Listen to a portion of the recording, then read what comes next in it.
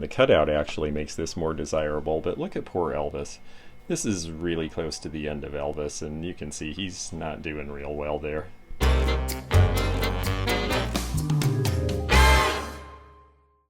Hi, I'm George the Antique Nomad. Come with me as I wander the country in search of valuable vintage, amazing antiques, and cool collectibles. We'll buy, sell, and trade at antique malls, shops, and shows, estate sales, flea markets, thrift stores, anywhere people go to find really interesting things that just aren't made anymore. So come on, let's go! Hey, it's George the Antique Nomad, and I'm out on one last nomadic adventure before everything closes down. I understand there's nobody here, so I think it'll be safe because there's not going to be anyone within any distance of me. So I'm going to take a look around and show you what they've got. And I know this place, like a lot of the places that I've been filming in the past, are going to remain open for mail order. So if you see something you really like, pass a message on to me and I will shoot it to them, and you might be able to go shopping vicariously. So we're here at Red Door Antiques in Eddyville, Kentucky, and this is a cute little store. I've bought some neat things here before. Let's take a look at what they've got today. So first, let's get a quick gander at the outside. This is what the exterior looks like. It's a metal building that was added onto a few times, so it's actually pretty substantially large inside. But they also have a lot of outside items. One thing they have an inexhaustible supply of are these old theater seats. These are going to date to the 1920s or 30s, and I'm not sure where they came from, but wow, if you wanted to set up some sort of a movie viewing room, a row of these would be really classic, wouldn't they? I also like the fact that they've got this rusty old early 50s Ford truck outside. They've also got some cool porch gliders, platform swings, and these really great 50s era platform rocking benches. They also have a lovely kitty cat who loves greeting everybody. I'd forgotten about you, Mr. Yes. Hello. Oh, yes, I bet it's kind of lonely right now. Well, we'll give you a few pets before we go on in, yes. So when you first go in, the very first thing you see is this old hutch, and it is decorated in spring colors and Valentines and things because this is the season. They've also got a lot of information about other stuff in the area, which is nice. Antique stores often become the de facto center for antique information, so if you're looking for restoration services or that sort of thing, a lot of time you can find that when you go to an antique shop. So we're going to start to the left because there's two different directions you can go here, and the first thing I see that I like is this old kitchen queen here. Let's see what brand this is. If it says, it just says it's a Hoosier cabinet. A lot of them are made by the Hoosier Company or the Sellers Company in Indiana, but this one doesn't actually have a name on it. So I am not sure who made this one, but it's got all the compartments. And it does have the original flour sifter, which is neat. See, this is the bin. You put your flour in and sift it, and it comes out the bottom, and you put your bowl underneath, and it's all a very convenient way of storing and using things. These were really meant to be used for kitchen prep. I just think they're really neat. And this one's priced at $385, which is a good price for these. I get a kick out of these phones. This one's priced at $35, which is kind of the top end of what they're going for, but they are selling now. These were big in the late 80s and early 90s. You can tell by the neon colors that you could see the interior of the phone and the circuit panel and how it works, and when the phone rings, various things light up, so it's really kind of a fun thing to look at. Big overhead bar light from the Bush Pool League. This is going to be from about the 1980 time frame. Pool lamps are always popular. People like them in rec rooms these days. The Two Horses TV lamp isn't something I've seen before. It is priced at $30, which seems pretty reasonable to me. It's felted on the bottom, so it's hard to see any distinguishing characteristics that tell us who the manufacturer are, but it's certainly American. They were too big and heavy to be imported back then, and it'd be 1950s vintage. This is an older and a little more deluxe wall rack made of horns, and the reason I say that is because it's got the two small horns that come out in the middle, and you don't see that very often. That was done early on with these items and not really so much in later production. And another horse TV lamp. This one looks like it's a little better painted and it's priced higher. It's priced at $50. Hard to tell from the bottom, but the white clay makes me think that it's probably a California pottery, because usually the Ohio potteries you see tan clays. couple of cute things here. On the left, you see a bunch of little faces in early color lithography. Let's see if I can bring that in a little more. There we go. Joe Mickle's 50 Little Orphans, and that sounds so sad, but actually it was a cigar box label, and the little orphans were little cigarillos, and that's going to date to about 1900. On the right, we have Curly Top, the aristocrat of paper dolls, with real hair. Now, they don't tell us what kind of hair, so that could be a little odd. But Curly Top was one of the first paper dolls before they became more about celebrities, and only $10. That seems pretty reasonable if they're in good shape. Might have to look at those. Then to the right of that, we have this pink picture, which appears to be a Russell Wright, and is only priced at $15. Now, it's possible that it's a Vernon Kilns, because they did do a similar design, so I'll have to take a look at that out of the case, but that seems like a great deal too. And here we have a mink stole with a matching mink cap in sort of a ruddy color, and it's $125 for the pair. That's not bad, because the stole's worth about $100 and the cap's worth about $25 to $30, so pretty good value if it's your style.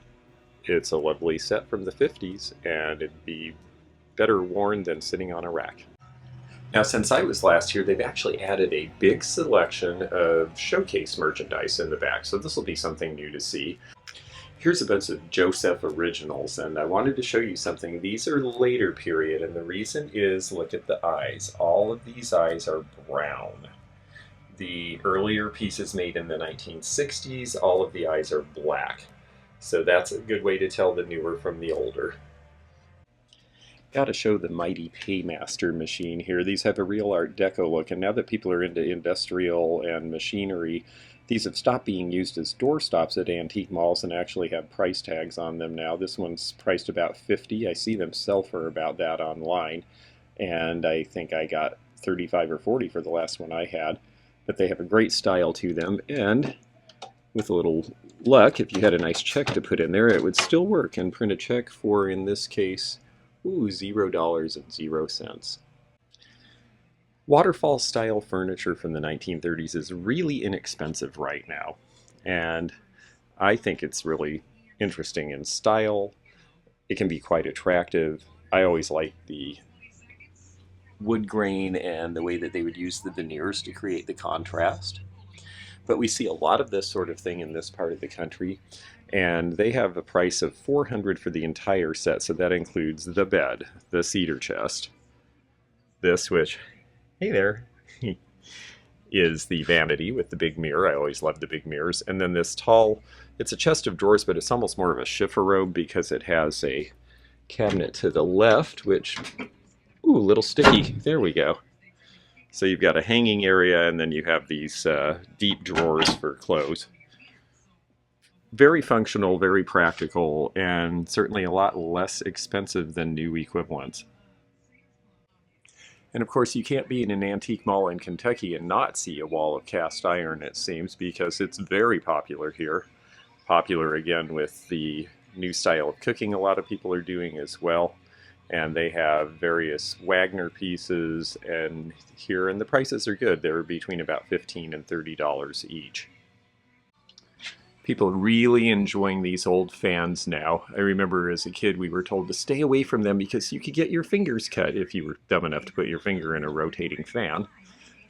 And this one is priced at $95. I think that has a lot to do with the color. This pink color is very unusual. They're generally a gray, blue, white, or sort of a greenish color. Did anyone else do matchstick art when you were in Boy Scouts or Vacation Bible School or Girl Scouts or anything like that? Because I sure remember this stuff. I remember it seeming very strange to me that as children we were told not to play with matches, and then we were given a bunch of matches and told to burn them all so we could make a design out of them. But it was a lot of fun, especially burning the matches as a young child. And next to that piece is an unusual little home altar that is electric. This is going to date to probably right after the Second World War. And it's got the frieze of the Last Supper down in the square in the bottom, but all of these little lights are going to turn on. And I imagine that this has something to do with a home shrine. and that there were specific uses for it as opposed to just a decoration. And then to the right of that, I wanted to show the patriotic deco picture frame from the Second World War with the flag up in the corner. A lot of those were produced in about 1942 to put a picture of your soldier who was off to war in it. Now somehow, in addition to the usual brownie cameras and little throwaway cameras that were popular in the 50s, Roy Rogers got a hold of some and had his name put on it, and the difference in value is tremendous. Interesting old store display, especially if you were a pipe or cigarette holder collector, is this old Medico. Medico was a line of filters for pipes and various smoking devices back in the 1950s, especially back when things were more pack your own, roll your own. And these displays, this is priced about $50. I've sold similar display for a similar price to a collector of pipes, because you can use the clips and put your pipe collection in it. These guys are just cute and fun, and I had to show them. They're just some cutout that somebody made, probably for a daycare or for their kids. These giraffes don't look entirely happy, but they definitely are cute as can be, and they're priced at $95. They look like they're something that somebody did back about 1960, and it falls into that range of folk art. A lot of people like these things now. Velvet will not come down. Can you get Velvet down? I will get something. Velvet will come down to eat. Clearly they understand cats. That cat will get hungry and it'll find its way right back down that tree, you believe me. This space has some fun hats, and I wanted to show this one in particular because feather hats are particularly desirable now. These were really popular around 1950, kind of think Carmen Miranda era. And you've got people wearing more exotic headgear, and so here's something that it's feathers, so it can actually hold up to rain within reason, and it's colorful and it's fun and different. And they're usually just little caps like this because the way the feathers lay, they have to stay pretty close down. This one is priced at, drumroll please, $24.99, which is about right for a good feather hat. They also have some vintage fashion in here, and I like this Kelly green color. Okay, so this is Villano, and it's made in USA, which makes it more desirable. It even has a Union label. See the red on the right? Let me see if I can get that to where you can actually notice it. This is from the Garment Workers Union back when they still had sway and power, and things like this were made in the United States. And this is going to date to about 1975, priced around $20. This piece here is a Betty Klein. This is priced at $24.50. These prices are really not bad. It's a little larger, but actually a lot of people who like vintage fashion tend to be more statuesque and larger women these days, certainly than they were back then. So that's good to have a larger size, and it's a fun pattern. I would say that would date, being made in California, probably to the late 60s. So this phone was made in Japan in the 1970s era, but it is a direct copy of the French phones that were made in the 1920s. And they're very popular again now. I see some with push buttons, but this one has the old rotary. It's got the Made in Japan inspected mark on the bottom, and these usually price about $45 these days. Don't see a tag on this particular one. There's a very 70s piece, the 10-piece Wrangler outfit by Hubley, the Denim Kid.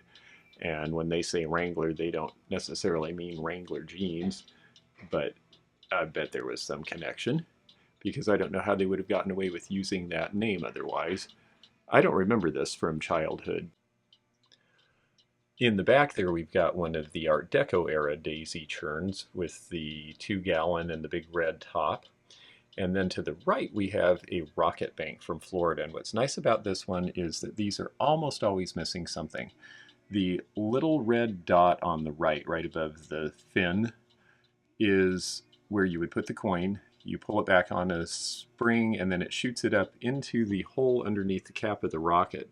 But what's great about this one is it has its original red needle. Those are almost always missing on these. And it also has the red parts at the bottom and the key so that you can get the coins out. Those pieces are almost always missing, and that's why this one is a much better example than most that you see. and it's priced at $65, which for being complete is a fair price. Because these are usually missing pieces, we usually see them priced $35 and $45, but that's because they're not all there. And since we've got them in the picture, let's take a look at these prayer ladies, because this is a nice little example. These were made in Japan, 1950s and 60s. You've got a spoon rest. You have a soap holder that says, "A mother's work is never done." But she's different than the rest in that the rest all do have a prayer. The one on the left that says spoon storage, it has the kitchen prayer. The dinner prayer is actually on the one in the back. "Be present at our table, Lord, be here and everywhere adored. These morsels bless and grant that we all may feast in paradise with thee. Amen." About the same time, for the secular audience, we had "Dearie is weary." You don't see the Dearies very much at all. She definitely looks like she's had it with the housework. And this is something that would have come out right about the time that women's lib is starting to come to the fore. Right in the late 60s, right about 1970. So Dearie indeed might have been weary of doing housework by then. Prices on these seem to range in the 25 to 30 to 35 range, depending on scarcity. Elvis, aloha from Hawaii via satellite. Wow, big deal that it was via satellite in that time. And also you've got the cutout here, and the cutout actually makes this more desirable. But look at poor Elvis. This is really close to the end of Elvis, and you can see he's not doing real well there. Fire extinguishers are definitely collectible now. I've shown you some other fire gear in other shows and other locations, but I haven't seen an extinguisher for sale in a long time, and they've got one here. And this one is one of the ones that was from Chattanooga, actually, in 1956, and it's got the mark on here, Muller, Chattanooga, Tennessee. These were heavy, so there were a lot of regional makers of these, and so you'll see them from all over the place. But it's your classic 1950s, look out, the dog's going to lift its leg on it fire extinguisher. I did not know that in the 1990s they made a giant-size Barbie that is 3 feet tall. Adjustable clothes fit sizes 4 through 10. Now you can wear Barbie's doll clothes too. Something a little bothersome about that notion to me, but I'm sure that this is not a common piece. I don't remember seeing them in the stores. This is so big, I can't imagine a lot of kids were actually given this. Remember back when you had to find a phone? This is probably from about the late 70s, early 80s, but telephone signs are big collectible now, because the phone collectors like them, and obviously these things have largely gone by the by. So old payphones, old phone booths, and old phone signs are in demand now. This one is double-sided and priced around $60. Wow, they're having a big sale on piggy banks, and there's some cool ones here. These American bisque painted ones from the 50s, and they're half off. Boy, that seems like there's some good deals in here. I'll have to look through these. There's some happy Japanese painted ones from the 50s. There's an elephant bank. And then a lot of these little plastic ones were novelties given out by banks and other establishments. And then you've got these glass ones from the 70s and all these really bright painted colors. And funny thing is, here they've got like 8 of them. I've never seen these before. So you just never know where you're going to find things that are new and novel. And it's definitely the day for horse TV lamps, but look at this guy. He's really exotic and stylish. He's by Haeger. He has that look. And he's priced at $69. For the more stylized ones, that's about what they're going for these days. Oh, and look, we've got another friend down here. How are you? Oh, yes, it's nice to visit with the antique animals, yes. Yes, you nice to that kitty, or is the kitty nice to you? Here's another Kitchen Queen painted yellow, and this is old yellow paint, and it's got the green top. That's a nice combination, and it's fun for display because you can start putting in your green depression glass. If you're into greens, the yellow is a nice contrast, and even a groovy 70s fondue pot. And look, it's got everything. It's got the sticks, it's got the stand, and it's only $15. With everybody staying indoors for a while, maybe fondue is the thing to come back. I should show these too because we do see these a lot out there. These are Fireplace Screams. They look Victorian. They're made of brass. They were usually done in the 60s, actually, late 60s, early 70s. Let's see if we can get in on that design. Sometimes you'll see eagles and such as well, but they all fan out. and then it all folds back into one easy to carry section like this. I know you're seeing it in silhouette because we've got light behind it, but I think you get the idea. They're neat and in good shape. They sell for about $75, which is what this one is priced. So now we're going to go into the other wing of the store. This is a fairly large store, and there are dealers all throughout. So let's see what we find in here. Well, first there's more TV lamps, so let's take a look here. We've got the Leaping Deer. That's a fairly common one, but only $22. And then this one behind it is a similar version, but different. I haven't seen this one, and this one actually has holes in the back. This could hang on the wall as opposed to just being set flat. So that one's kind of interesting to me. I might come back for that. The Swan is by, I believe, Maddox of California, and you see the Swan quite a lot, but it is very graceful. And then these ships you also see fairly frequently. They're from the early 50s. Okay, here is the winner for the best lamp in the store. I love that shade. Look at the patterns and triangles and the interesting undulating edge. And then you've got this base. It just really pops. Yeah, I think that's really great. And these shades alone are pretty valuable now, so I'm curious what they're asking for this. 100 or make offer. Well, you know, the shade is unusual enough. In the right context, that could be worth $100. And then next to it, I'll show this. This is Puritan, often misspelled as Puritan, but it's Purinton. And these were hand painted. This is American. It's 1940s and 50s vintage. I believe we'll see a good mark on the center bowl, hopefully. Okay, well, this just has the USA mark, but maybe one of these will say Puritan. They don't. But it is definitely Puritan. They made a lot of cool stuff. The Lazy Susan's priced at $75. It'd be one of the most expensive and largest pieces that they made. But they did a lot of kitchenware, and it's all hand painted with these very vibrant still life fruits and things. And it's a definite look that some kitchen collectors really enjoy. Now that people are not collecting so much glass and china, we're seeing more interest in these shelves because these were done in the early 60s primarily. And you can tell this has that kind of glam Hollywood Regency to it. But what people like is that you've got a mirror, and then you actually have room for some small display. So you can show some of your collections and things where they get nice backlighting, and you also have a mirror that reflects light into the room, and you're not going to put anything too crazy big on there. So it's a functional piece for dressing mirror or even in a bathroom over a sink, but it also can hold some tchotchkes, which we all love. Wanted to show the sheriff with the hole shot through his hat cookie jar, because this is a jar made by California Originals. This was a competitor to Treasurecraft. I wrote the book on Treasurecraft, and California Originals and Treasurecraft had a sort of unspoken agreement where California Originals would do down market versions of Treasurecraft looking things and then sell them to Kmart, whereas Treasurecraft sold more to JCPenney's and middle line stores.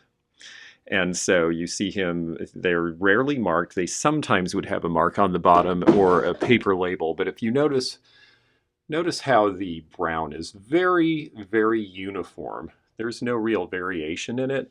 That makes it not Treasurecraft. When you see pieces by other companies that were aping Treasurecraft, none of them ever really did the same brown. But I always liked the hole through the hat. I thought that was a clever idea. And then over here we have a Red Wing monk cookie jar that says, "Thou shalt not steal." This is from about 1940. I'm not sure how effective that was, but it definitely gave children a complex before they stole the cookie, at least. We're a little ways from Mother's Day, but since a lot of these stores will be closed for a while during quarantine, we wanted to give you a chance to see some things because you can always message me and I can forward something to them. They will ship. They'll be able to come back and send things from their stores. They just won't be able to be open retail. Anyway, Mother's Day is coming soon, and this is a turn of the century lithograph with great chromolithography, real depth in color, in design. The perspective is good, and this says, of course, "What is home without a mother?" And judging by the way that lady is dressed, this would be sometime around 1905 to 1915. I just picked this out because, well, we're in Kentucky right now. And in addition to being the bluegrass state, it also was a place that was really thriving in the 1960s. And because of that, we see a lot of advertisements from banks and other attractions here on these glass trays. Now, this one doesn't have the name of the maker on the back, but the maker was Houze Art, Houze Art, in Pennsylvania. They made hundreds of varieties for attractions all over the country, everything from the Seattle World's Fair to the tower in San Antonio. They represent all sorts of things that are collectible for other reasons for people. This is a blow mold, flat but still blow mold, plastic Schlitz beer globe sign. It's priced at $15, and the reason I think for that price is because it seems to be very worn on the surfaces. However, what I think this dealer doesn't understand is that these were actually made that way on purpose. It was supposed to look old in that regard, and so I'm going to buy it because I think it's worth about $35, and I just like beer advertising. Dates to about 1965. Okay, let me correct myself here. It dates closer to 1970, and the reason is, look at the patent numbers. You can look up patent dates and it will give you an idea of what was done in a given year's time. So I want to show these because two reasons. One is they're very cute little cardinals. They're chalkware. They're probably Miller Studio with a date. Let's see if we can find that. Okay, there it is. Copyright 1972 MS Inc. Sometimes it says Miller Studio, sometimes just MS, sometimes just a copyright date. There were other companies that made chalkware, but most of these figural pairs were done by Miller. This one unfortunately has a crack, which is really sad because they chose to put the tape, this is the other reason I want to show this, on the red paint of the one that was in good shape. I'm not sure why you would tape items on the front. It makes much more sense to tape them on the back where if something damages, it doesn't affect the surface. And so this is just a little caveat to those of you who are resellers out there. If you're putting things in a store, please think about where you're putting the tape. Because if we peel this off, if we're lucky, it won't take any of the red color off, but the red is cold paint and it usually adheres to tape. But I think we might luck out here. You pull gently from the edge sometimes. There we go. We got it off without, oh, we took one little piece of red, you can see there. But fortunately that didn't really kill it. I'm going to do them a favor and tape it on the back so that hopefully that will still be saleable for someone. These are false graph. Sometimes companies that make just general dinnerware and stuff ended up making advertising pieces, usually when the economy was poor. So my suspicion, looking at the mark on these, which I'll show you in a minute, is that these were probably made in the early 80s when they needed other business. And there is the false graph mark for you. It's the later mark. Earlier marks were a keystone with the P in it. See the P above the TZ? That actually is a large letter P for false graph. Well, I'm a bookend guy, and these are ceramic bookends, but I'm curious about them because they have a look that tells me something that I think is going to say Haeger on the bottom, if it says anything at all. And it doesn't, but not all Haeger is marked. It's got the little spider marks. These are from where they put little stilts on so that the glaze doesn't stick to the kiln when they're making the piece. And then they have to snap those off and file them off, and so you end up with these little marks on the bottom. And there's 3 of them. 3 is a typical number for Haeger. Also, Haeger did a lot of these variegated glazes, and they did a lot of this amber glaze in the 1970s. So my suspicion is that these are Haeger, and they're only $10, but there is a little bit of a chip there. So for me, for reselling, I probably wouldn't buy them, but I think that they're a sleeper, and for somebody who collected them, frankly, yes, you could indeed turn them around this way and never see that little chip. And they're only $10. After thinking I was so brilliant for figuring the date on this thing out from its patent numbers, well, I also could have just looked right here at the bottom where it says copyright 1972 Joseph Schlitz Brewing Company. So there you go. Now we know for sure when it was made. Look at these great things. They are cast aluminum playground kitty toy rides. And Most of these got scrapped years ago. This guy is a turtle, and he's 165, and so is that hound dog next to him. I think those are just really cute, out of the late 50s, early 60s. Here's a real antique. This is at least 100 years old, and I'm talking about the thing with the big hook in the middle that says JK in the paint. This is a cotton bale scale. You would actually suspend the top and then hang the bale of cotton from the bottom and use a balance weight to be able to weigh the cotton by weight. This is made by Fairbanks. I think you can see, yes, there we go, Fairbanks scale. They were a big name in scales back then. Did most of the big floor scales and postal scales and all that sort of stuff back in the day. And if you notice, it goes way behind this lamp up to 700 pounds. So this thing is quite impressive. I haven't seen one of these before. A lot of these things were lost to the scrap drives during the wars, and so a lot of these were melted down, and so we don't see nearly as many as you would think, considering they were common in their time. I've been seeing a lot of these come out of the woodworks down south, especially lately. This one's made in Atlanta, Latham Time, and this is your time card. So in the old days, you had to punch this every time you came in and out to work to prove that you were on the shift when you were supposed to be. Now I'm sure they monitor us in other ways. In any event, I've sold every one of these I've gotten, and this one's priced at $65, and they usually go for between $65 and $85 depending. Okay, so take a look at this piece and then compare it to those Trojan bookends. This one is definitely Haeger, and again, notice the variable glazing, especially near the top. You see a little bit of white come in. Part of that is just the thinness of the glaze, but they actually were deliberate about it too, because look at the tail. There's definitely white in that glaze on the tips. And then you've got this very stylized gazelle, very thin-bodied. So in the middle of all these homely bottles is a lovely Carl Romanelli designed Metlox vase from the 1940s, with the woman holding the vessel. And this only has the design patent. Now, design patent numbers are also traceable if you have their list, and that will help you with dating things in addition to regular patents. This particular piece is not marked Metlox, but I recognize that stamp. This dealer recognizes it as well. He has her priced at $38.50. There was a time that would have been a bargain, and I'm going to look into her to see what she sells for now, because I haven't seen one of these on the market in 10 years. So before Star Wars made Kenner famous, they made things like this. This is the Blue Monday Dragster, and there was a whole bunch of Kenner drag racing stuff that you could buy and put together a set. And this piece is priced at $45. I haven't seen one of these since I was a kid. Here's something different. These are faux columns. These are metal. And you would have actually put them around a boring post on a porch or something to give your house a more finished look. They seem to be made out of galvanized steel, and then the bases are wood. And I would say that these date to about 1920 in all likelihood, just from the way they're made and the thickness of them. They're heavy, but not super heavy like Victorian.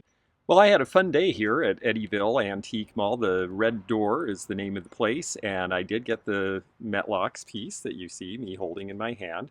I think she's just so graceful, and it turned out that they're selling for, oh gosh, probably between $50 and $75, and she gave me a really nice discount, I think because it's the last day they're going to be open for a while.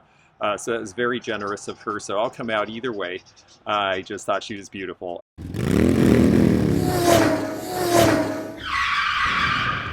I'm at Peddler's Mall in Owensboro again. This is kind of a last-ditch effort to find something interesting to show you all, because this is going to be the cessation of thrifting in this state for a while. We've gotten about an hour before they close, so let's see if we find anything. So this is a big vendor style mall, meaning different than an antique mall in that you can sell anything here: used clothes, liquidation items, or antiques and vintage. That scale on the left is randomly placed on a table with a bunch of toys, but it's another Fairbanks scale, and this is called a scoop balance. This would have been made in the 1890s approximately, and it's got that nice brass on the top. It's been restored. There you see where it says scoop balance. Fairbanks had a lot of different patents. You see Fairbanks' patent on this one. They were the largest industrial scale maker back in that era. And this piece is priced at $200, which fully restored is probably about its correct value. Now, Corning Cornflower Blue is what most people recognize, but the Snowflake is actually a very desirable pattern that wasn't made as long. You can find replacement cords at thrift stores pretty easily for these things. This chair here is a great example of a Victorian photo studio chair. It's curved like this so that if someone was wearing a bustle, it didn't have a back to get in the way, or if a guy was posing with his sword, the sword could hang off to the side. These and corner chairs were used a lot as props, and so this particular one is in pretty good condition. It's got a little bit of the gadrooning, that beaded trim missing, but it could definitely be fixed pretty easily, converted into a rack used for kindling, or even a glass tabletop put across those arms. I think for $42 it's a great deal that someone will come in here and repurpose in some very interesting way. So we're going to look at some adult humor from the 1960s. Sometimes these are corny, sometimes they're ribald, sometimes they're sexist, sometimes they're fun. This one is about a housewife being interviewed by a social worker, and after she tells her all the things she does all day, the social worker says, "What do you do with your free time?" And she says, "Well, I go to the toilet." I think a lot of folks who have their kids home right now are feeling the same way. Look, it's Carol Brady's A-line dress from the 70s. It's a knit, it's got a US label, and $15. It's a good price for resale.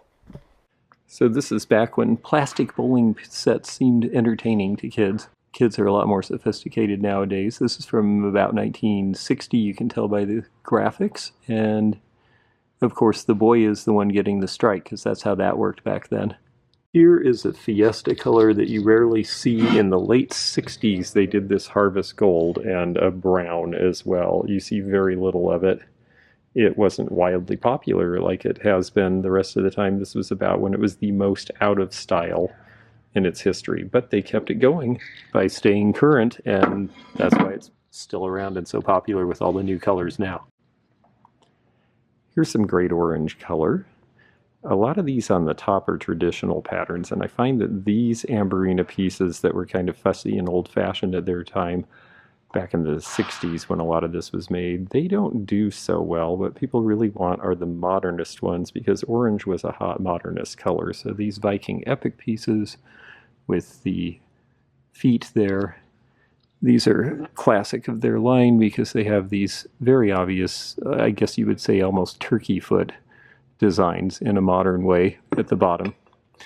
And then next to it here is a piece of Sooner glass. This is out of Oklahoma, the Sooner State, because people just couldn't wait to get there.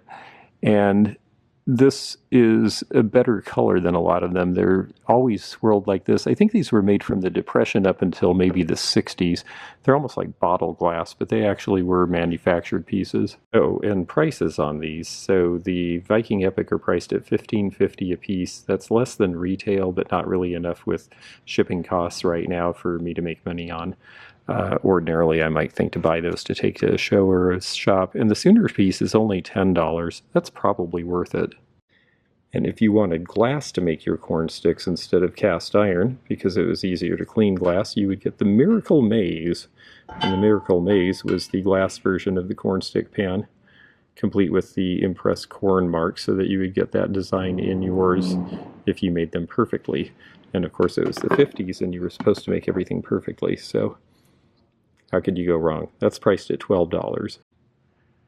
So for those of you who say you don't like Hummel figurines, well, here's something by Goebel that you might like better. This little red cardinal here is a lot of fun. It's got the Goebel West Germany mark from the 1970s, and it's bright as can be, priced at $12.99. I think it's very cute. And actually, I don't mind Hummels. I think some of them are pretty cute too. This linen here is a bicentennial collectible, and I'm sure we have some bicentennial babies out there. This is $10, and your birth date is on there somewhere.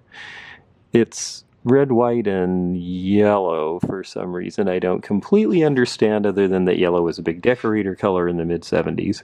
Here's a 1998 yearbook magazine. I wanted to point it out because I get called all the time. My family have a bunch of things from when Princess Diana died, from when JFK was shot, etc., etc. And I have to tell you, the things that were made in an outpouring of grief, sympathy, and emotion are very plentiful, and everybody bought them. And they are not really worth much of anything. Things made before they died are almost always worth more than posthumous. I remember all these from when I was a kid. These are Warner Brothers Collector Series 1973. That's the first Collector Series. Some of them little subtleties, like whether this is printed in white or black, will make a big difference in value. So there's a lot to know about those. If you are finding them, you'll see these are all fairly common, but you will occasionally run into one that might be worth 10 or 20 times the normal price. So it pays to do a little research on these. More Kentucky Derby glasses, and of course we expect to see these in these parts. The oldest one I see here is 1975 in front of us. The year before, 1974, was when they made an error, and the error glass is worth $20, and that's when you start getting into the higher price ones. That one and issues prior definitely are the ones that are the most collectible. Here's this Murano bowl, $17. It's worth probably 10 more than that. It's nice two-tone colors with the green and blue, and yeah, it's pretty cool.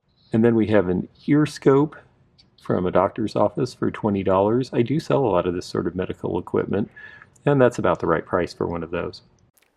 At the last estate sale that I conducted in St. Petersburg, Florida, we had this exact same Brownie 8mm movie projector by Kodak from the 1950s with the box, and we sold it for exactly this price, $25, which makes this a pretty good buy because they were selling, when I did the research, for about $50 online in working order. This seems like it has everything it needs to run.